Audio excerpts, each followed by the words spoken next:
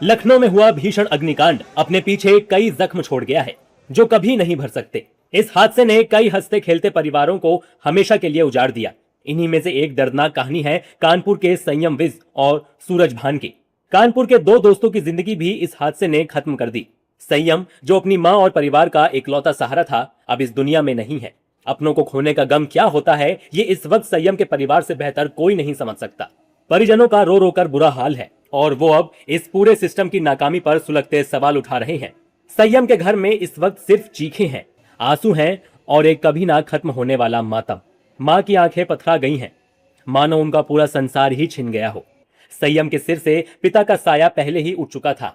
वहीं संयम के परिजनों ने बताया कि जब उन्हें कॉल आया कि संयम इस दुनिया में नहीं है तो वो पागल से हो गए थे।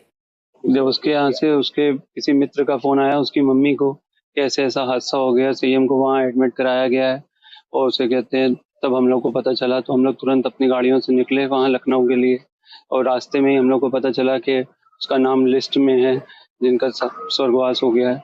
तो हम लोग बिल्कुल हो चक्के रह गए देख के। संयम लखनऊ में क्या काम करते थे? एनिमेशन का काम था उनका। कितने साल से कर रहे थे? 5-6 साल से करते थे काम। घटना की जानकारी शाम को लगभग 8:30 बजे के आसपास हुई।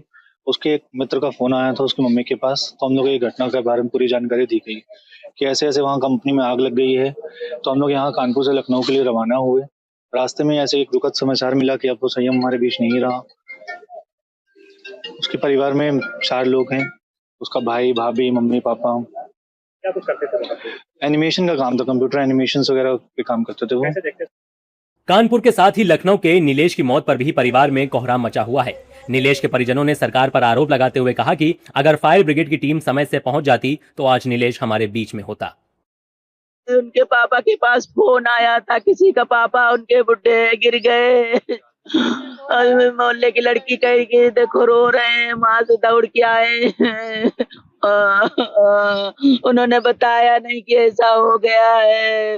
वो खुद बेहोश हो गए, रोने लगे, गिर गए, तब उठा के उनको लेकर के आए। जिम्मेदार फायर ब्रिगेड वाले हैं, क्योंकि पानी समय से पहुंच जाता तो बच्चे बच जाते हैं, बहुत सारे बच्चे बच जाते। मेरे भाई के साथ पानी बहुत लेट, 40 मिनट 1 घंटे लेट पहुंचा, इसकी वजह से जिम्मेदार सारी से फायर ब्रिगेड वाले होते हैं। हर बार ऐसे ही कुर्सी रोड पे मेरी तरफ भी हुआ था तो ऐसे ही फायर ब्रिगेड वाले लेट से पहुंचे थे, और इस बार फिर हुआ था अलीगंज में, फिर से फायर ब्रिगेड वाले लेट से ही पहुंचे। शायद पानी वाले पहुंच जाते तो आज मेरा भाई हम लोग के बीच में होता। पुलिस के द्वारा कॉल आई थी, मैं मर्चरी से, मेरे हस्बैंड को आई थी, मुझे नहीं आई थी, उनको आई थी। तो उन्होंने ये कहा था कि जो नीलेश है वो, उसकी तबीयत बहुत खराब, तो बस चली जाओ। उसके बाद वहां गए तो पता मतलब भाई ने फिर कहा कि मेरा भाई भी वहां थे, उन्होंने बताया कि नीलेश नहीं रहे। वहीं इस हादसे की चश्मदीद माला निगम ने बताया कि आग लगते ही किस तरह पूरी बिल्डिंग में चीख पुकार मच गई। माला निगम ने अपनी आंखों देखा हाल बताया है।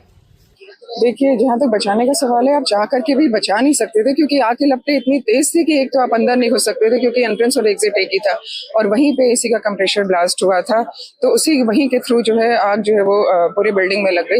हाँ, नीचे जो ग्राउंड फ्लोर था वो पेट शॉप था, सारे जो है जानवर उसमें हाइब्रिड के सारे जानवर, गाय से लेकर के डॉग, बिल्ली, सारे तरह के जानवर थे। तो नीचे के लोगों ने तो फटाफट कुछ जो केजेस हैं जानवरों के वो उठा करके 4-5 फेंका, बस इससे ज्यादा बस इतना ही कर पाए थे। और कुछ लोग जो है ऊपर से 4-5 लोग ऊपर से नीचे उतर पाए।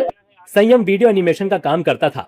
वो अपनी मेहनत से, अपनी कला से अपने परिवार के कल को संवार रहा था, लेकिन उसे क्या पता था कि जिस सिस्टम की लापरवाही पर वो अक्सर खबरें देखता था, एक दिन वही लचर सिस्टम उसकी जिंदगी को ही लील जाएगा। हादसे के बाद दुखी और आक्रोशित परिजनों ने सीधे तौर पर सिस्टम के फेल होने का आरोप लगाया है। लखनऊ की इस आग ने सिर्फ एक इमारत को नहीं जलाया, बल्कि कानपुर के 2 बेसहारा परिवारों को मातम की आग में धकेल दिया है। संयम और सूरज भान की मौत ने एक बार फिर यह साबित कर दिया है कि जब सिस्टम सोता है तो आम आदमी को अपनी जान देकर उसकी कीमत चुकानी पड़ती है। 15 लोगों की मौत के बाद प्रकरण की जांच शुरू हो चुकी है। जांच के लिए गठित एसआईटी आज घटनास्थल का निरीक्षण कर सकती है। माना जा रहा है कि एसआईटी निरीक्षण कर अपनी रिपोर्ट तैयार करेगी। इसे मुख्यमंत्री योगी आदित्यनाथ को सौंपा जाएगा। एसआईटी जांच के बाद ही अग्रिम कार्रवाई की जाएगी।